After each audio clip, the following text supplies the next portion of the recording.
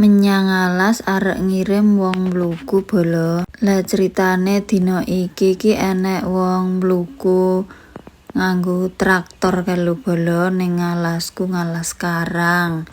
Lah aku ki mau bar masak ki langsung arek ngirim nang alas. Aku masake ki mau kur simpel, kur jangan gude karo kamplong, ge oseng-oseng iki lombok gede, tempe bosok karo rambak.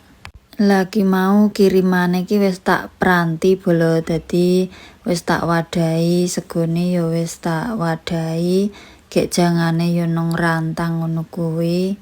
Lah tak pikir-pikir engko ki jangane aku wedi utah iki arek tak wadahi plastik. Dadi tak dobel ngene iki lho bolo. Dadi engko ki nek utah wis aman nang jero plastik. Jane yo rung arek udan bolo, tapi gawe lah-lahan ket saiki ki nek udane teko men ra gedhubyukan ngagi-agi.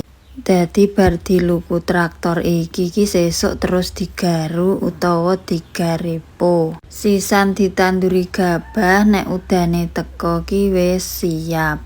Lah iki dalane iki grunjal niki bolo watu-watu, dadi kene iki ra iso dilewati montor.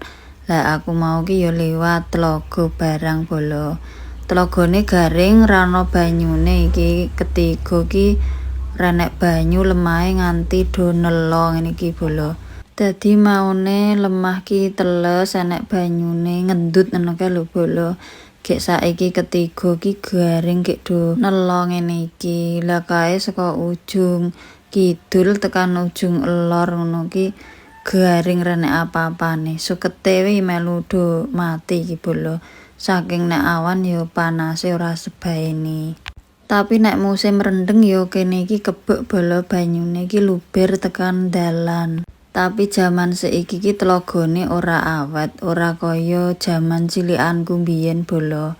Nek ketiga ki isih adus ngumbahi nang tlaga. Lah singkat cerita iki mau aku wis tekan ngalas bolo. Pas tekan ngalas ki koyone sekitar jam 11 ke mau, dadi pas ngarepno arek rolasan.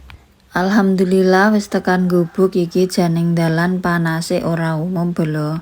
Tapi gandeng musim bedhedhing ngene iki yo arep panas ke disambi karo mlaku ora krasa panase. Lah iki wis tekan gubuk iki sangune arep tak prantekke kene iki bolo. Soale duwe batur ki wong loro sing traktor. Lah aku tekan ngalas mau ki yo rung leren nganti wis arep bedhug iki bolo. Jarene arep ngerampungke dhisik, kurang saidik kae mau lho bolo. Tak kon leren mamse utawa wedangan ki urung gelem arep ngerampungke sing tengah kuwi lho bolo. Lah iki sing ditraktor dhisik ki celuikan lebak dhewe bolo, gek engko kari dhuwure. Lah iki sing traktor ki jengene Bang Nuri, jan panas kaya ngene yo tetep gaspol. Jarene ki men cepet rampung bolo, ge alianggun.